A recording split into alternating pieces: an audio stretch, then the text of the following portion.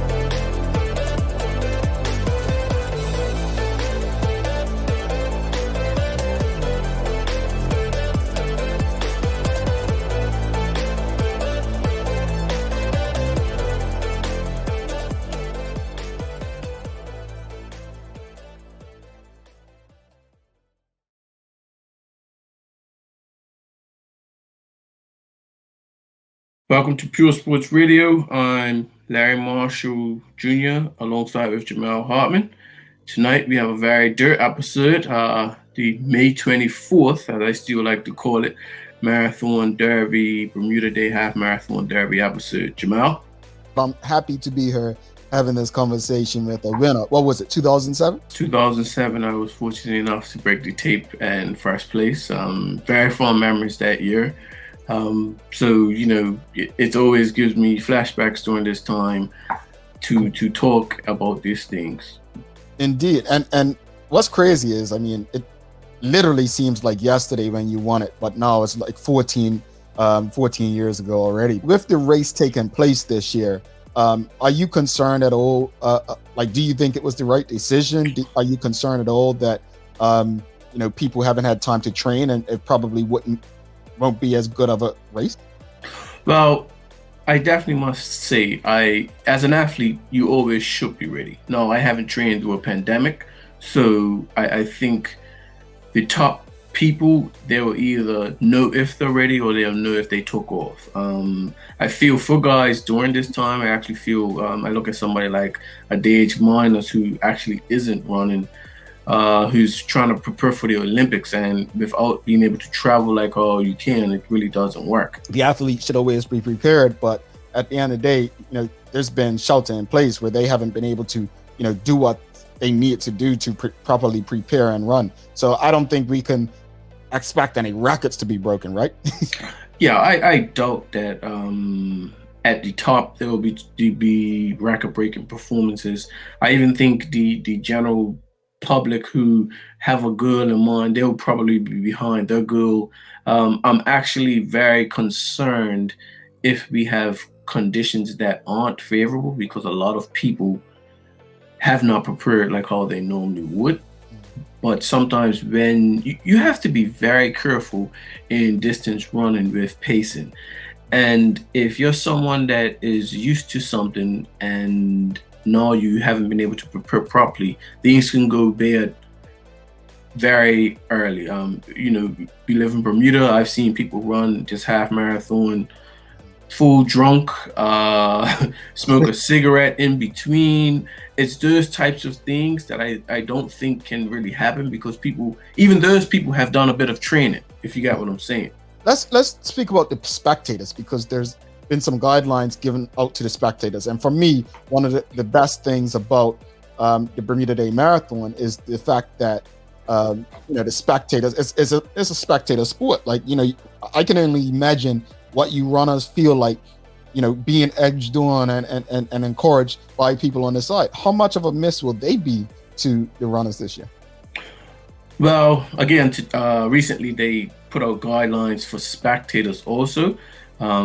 I think that's going to be very hard to control. I would not want to be working as law enforcement to try and control people, because Bermuda, how we feel about Bermuda Day is huge.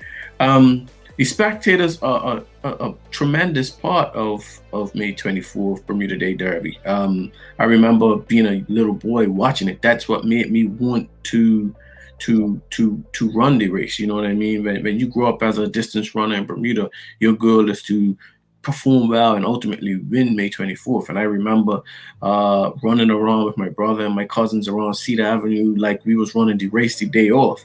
And that is a big part of the Spectators. If you're not in shape, the Spectators can only help you so far. However, it is a huge part of it. I see them participating, but I think this ties in with our first point of public health. We're not even touched based on the amount of unofficial runners. Some people will just show up and they're going to jump in. Right. At it's coming from St. George's this year. I can see Ron Ferry reach. Some people will just jump in the race. And these are things that I don't think that they have possibly considered. And right now, people are a bit tired. People are COVID fatigued. And I think they're just gonna, I hope for the best. Don't get me wrong. I am hoping for the best. But I think these are some of the things that we can see. And if we truly believe this whole situation or stipulation behind COVID and public health safety, I can't see how we came to this. But yes, to your original question, I think the Spectators will definitely be a miss. Yeah, and just for those who don't know, the guidelines for Spectators is Spectators are encouraged to stay in their bubbles, wear masks, and social distance. 2 is do not congregate in large numbers along the route. Spread out as much as possible. Do not congregate at Bernard's Park as there's no post-race activity on the field. Do not pass refreshments out to random runners. Avoid making physical contact with runners on the course. And the last one is the race will be broadcast live on Bermuda Broadcasting, so at home and online viewing is also an option. So those are the things that the Derby committee has put out to kind of encourage people to be safe. Let's talk about the preview for the race though, Larry. Like, obviously there was no race last year. The year before, I think your brother Lamont won it. And he's probably won it the last 2 times. Yes, he's the 2-time defending champion. Who's out there that's competing with Lamont for the top spot right now? Well, the big name that's back out there is the 6-time champion, Chris Esmonic. He has had a resurgence in his running. Him and Dage Miners ran a blistering 5K in windy conditions on the 22nd of May. And I was talking to him. I had a chance to talk to him, and he said, he'll go out and have fun with it. He never really gives too much to it, but if you know Chris and the way how he has won his May 24ths, he has taken it out. He has been out hard to the gun and has come with me if you can. And I see him doing the exact same thing. I don't necessarily think he is in as great a shape as he was back in 2009, 2010, when he was, he could have done anything and it seemed like it would have worked.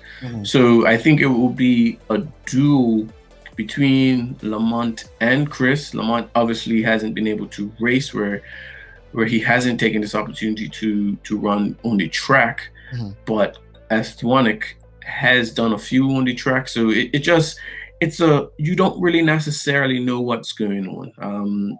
Dage Minus, I did get confirmation that he will not be running, and it's understandable. I know he's trying to get overseas to see if he can take a crack at this 1500. And again, like I said, I feel for him and I wish him the best, but I think he definitely would have been a name to jump out with. I think other than Lamont and Esmonic, I don't necessarily know of anyone, because we can't refer to any times, to see, this person ran this race, this person ran that race. Names from the previous 2019 would be Sammy DeGraff, Sean Trott, and just the usuals who were coming up and going. But I think most people will be looking for this epic battle between Marshall and Esmonic, and looking to see if Marshall can get one over on him.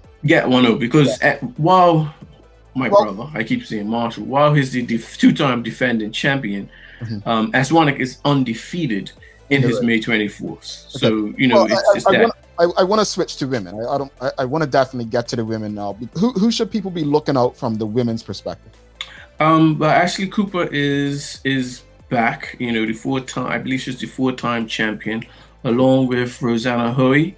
So that looks like it will be again another battle. I know Ashley has been doing a bit of cycling, which has helped them. And we're talking about one of Bermuda's all-time best track and field athletes for the 1500. I believe she's still the current Bermuda record holder in that.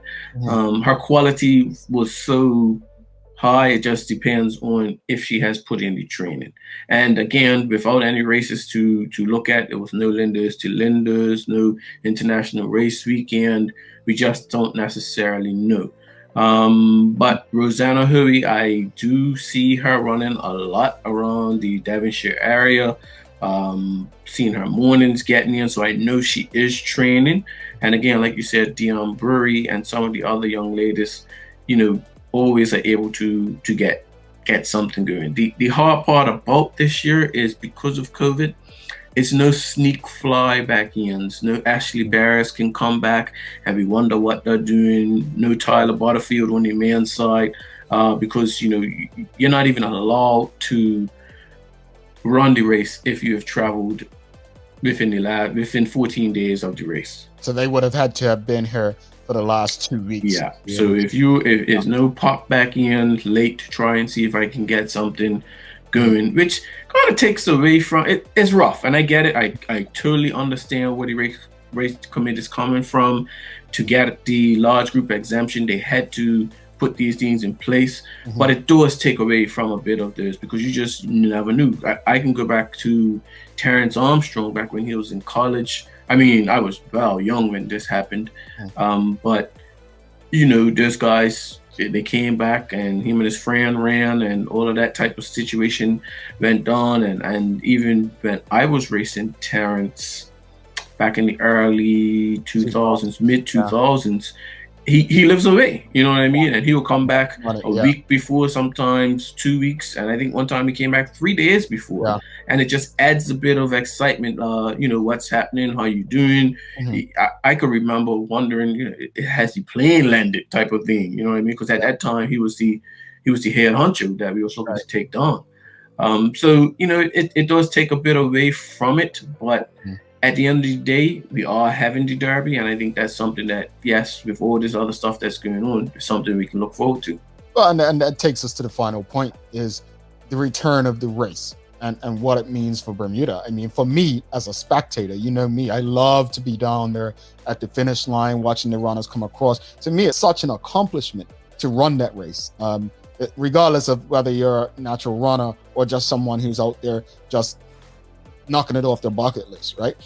What does this race mean for Bermuda? From my perspective, it represents Bermuda. Like it's something to see everyone come together and support people they don't even know and clap them on. Yeah, I agree. And as many times as I've run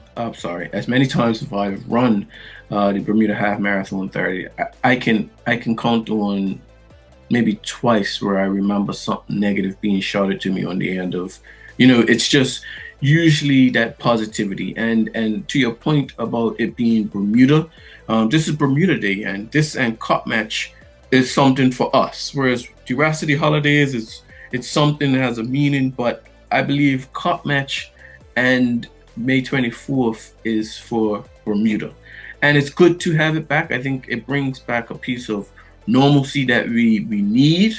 And speaking for myself, you know, this touches home to a whole nother level. We have that family connection, and I can go back from years. My mother's side of the family, May 24th is their thing. I mean, yes, it's a cup match thing, but no, they, from my granny and my great aunts back when I was a little boy, this is what the whole year was built around, May 24th. And then from it going to where we guys started running and going for this, I mean, well even, you know, this is sports, but it turns into the parade and just overall thing. So I think with this being the second year of the pandemic and us able to have it, I'm hopeful that we are able to to get back next year to a regular race without being so many restrictions and things of the like. Yeah, makes sense. Let's wrap it up. Any final thoughts? Like, I'm gonna put you on the spot here. Who you got, Lamont or Chris, and who you got in the women's to take it? Who do I have? Okay, I'm going with my brother all day. Whether it happens or not, I just have to back the family, and I want to see an exciting race. At the end of the day, I think, like I talked about with Esmonic, I believe that he blew people away so early, and I don't think this will happen at some point, and I just would like to see a good dogfight. And then for the women, I actually think it will be closer than the men. That will be my prediction. I don't even know who, especially because we haven't had any races. Lastly, I just want everybody to be safe. Runners, spectators, fans, the runners, if you have not prepared, this is not the year to try anything crazy. Just think of the safety. We already got COVID going on. One year we had like 50 something people going to the emergency room because of the heat. We don't need those types of things. If you have not prepared, think twice on how you want to run, or even if you want to run. All right, well, thanks for listening. Remember to follow us on all our social media platforms, at Pure Sports Radio.